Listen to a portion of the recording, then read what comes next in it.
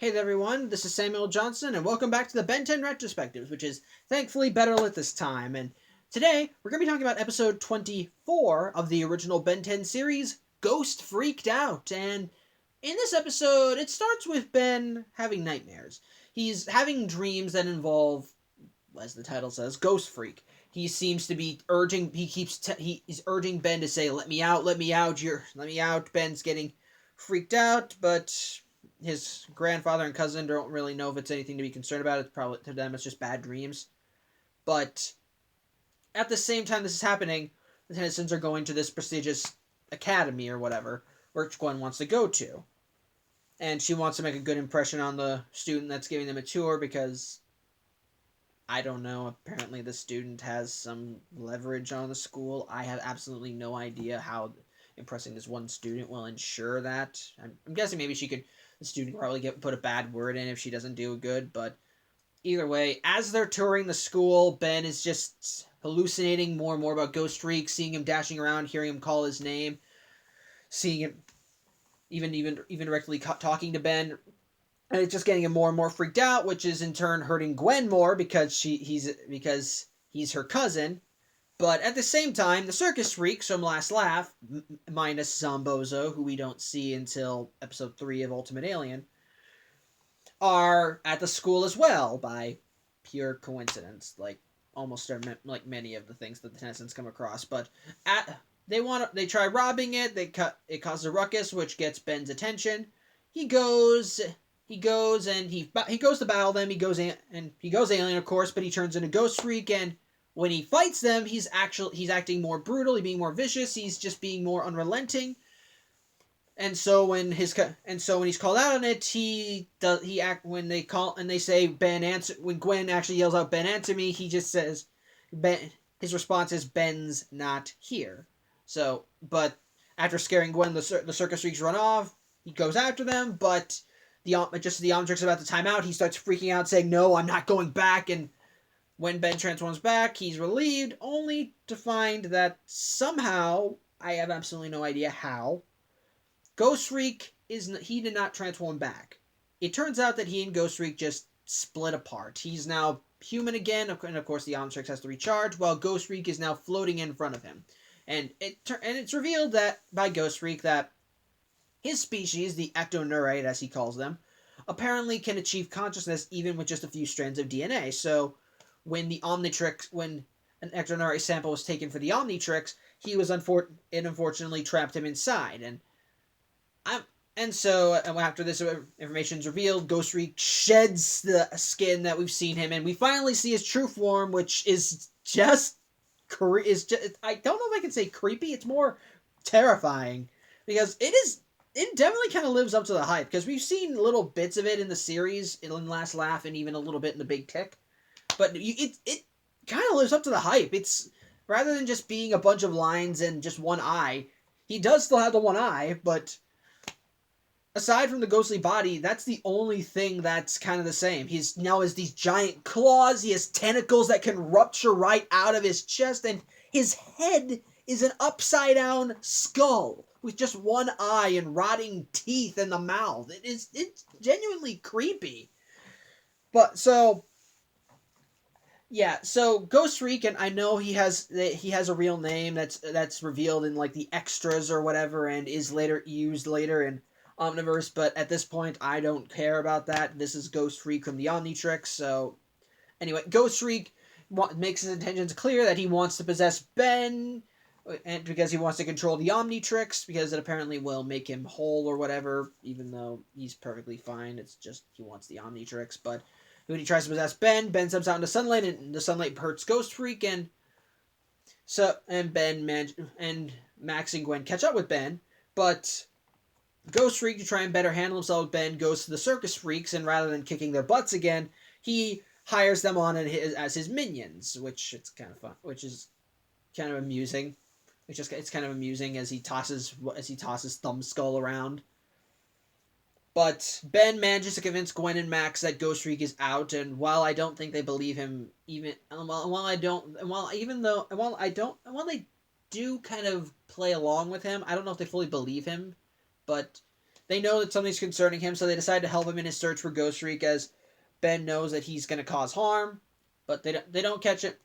And so that night, they're searching around the campus. They find the circus freaks causing trouble to get Ben's attention, and Ghostfreak makes his reveal, and Ghostfreak tries to possess Ben, but at this time he's already transformed into one of his aliens, forearms. But instead of possessing him like he's able to possess other people, because that is one of Ghostfreak's abilities apparently, that he can possess people, and that's also creepy too. Actually, not that I haven't mentioned it, because whenever he possesses someone, they get their eyes turn into his eye, and they get cracks around them. It definitely feels disturbing and eerie. But when Ghostfreak tries to do that to Ben, instead of possessing him, he's just like goop or glop or whatever on his skin, and that Ben is able to rip off. And it turns out that somehow Ben is immune to Ghostfreak possessing him because whenever he's transformed. As ultimate, so he and Ghostfreak do battle. Ghostfreak going through all the freaks, but Ben's easily kicking their butts. So Ghostfreak then decides to trade up and possess Gwen, which Ben can't fight because it's her cousin. Their fight ultimately gets him on top of the school, but the Omnitrix times out. Ben looks like Ben's about to be possessed, but Max throws him a sun gun, which they had to subdue Ghostfreak, but Ghostfreak threatens to just drop Gwen off of the top of the building if Ben doesn't drop the gun. So Ben concedes, but just as Ghostfreak is about to possess him, the Omnitrix reactivates, much like what happened with Kevin. What happened with Kevin in Grudge Match.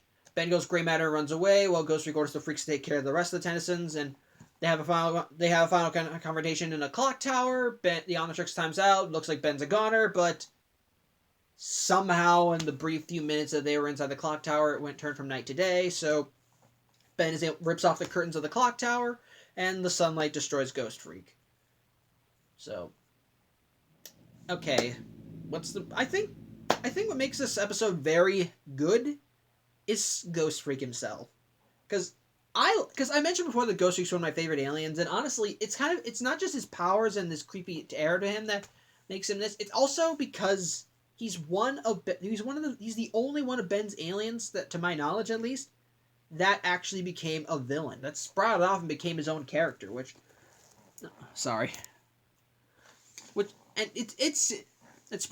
and he is a very disturbing villain.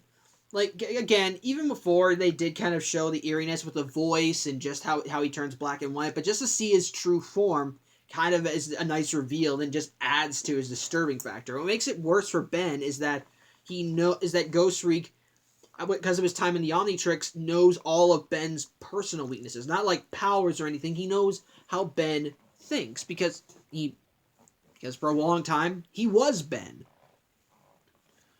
So it makes it more a nice psychological villain who pretty much knows how to get to Ben in any way he can. It makes it even nice is that he just he does state he wants to take control of the world. That was like one of the conditions he's listed when he and Ben were fighting. But it's just kind of unrelenting. He just wants Ben. He wants the Omnitrix, and just to have someone to be so personal. And I like those type of villains. The villains that want to just get the hero. They want them alive. They want them for their own nefarious purposes. It's just kind of it adds a nice bit more attention as the hero is something that is more than just the safety of others they have to be concerned about. They have to be concerned about themselves too, since they're the ones the villains are after. And Ghostfreak is a good villain, and they do well working with the atmosphere. Like the way Ghostfreak works, he flies around when he possesses people. It's a nice build up, a nice payoff, and I think what also makes it fun is the circus freaks. In this case, they're kind of comedy relief. Like, they're still legitimately threatening, but I think without a leader, they're just bumbling. Like, I think the closest they had to a leader is Acid Breath, but even with him, they just can't, like, they fight, because the first time we see them, Ghostfreak kicks their butts, and they just run away. When Ghostfreak comes back, they think he's Ben, so they're even more terrified, but when they say no, he just tosses them aside, and of course, they're just like, so when can we start? They're just amusing. Like, I think they're just kind of now comedy relief at this point, and they are amusing, and I don't know. I really can't think of anything else.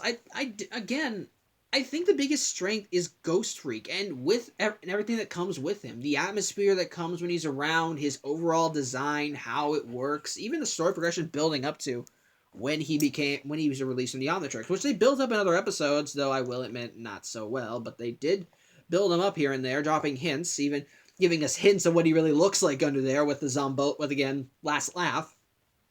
So yeah, on the whole, I think this is still a good episode just for Ghostfreak and the story and how he works. Just the fights between the Ben, both psychological and physical. It's just again, it's another episode that's great for the villain. In this case, it's a very good villain. Has good powers, good atmosphere, good fight scenes, of course, and I can't really think of anything else. I think the closest I can think of is probably the environments when they draw the school at night, but that's not really something that I think that's really not something that needs to be mentioned a lot. I think it all just rests on Ghostfreak, and and as a whole, Ghostfreak is still a pretty good villain. And still, if you ask me, Ghostfreak is an awesome alien, both as one of Ben's personal aliens and as a villain. So yeah, I think that's about it. Thank you for watching. I'm Samuel Johnson, and tune in next week where we're going to look at episode 25 of the original Ben 10 series. So, and again, thank you for watching. I'm Samuel Johnson, and sorry. This is Xander the Dog, who has been off screen and almost tipped the camera over. And again, I will see you next week. Take care.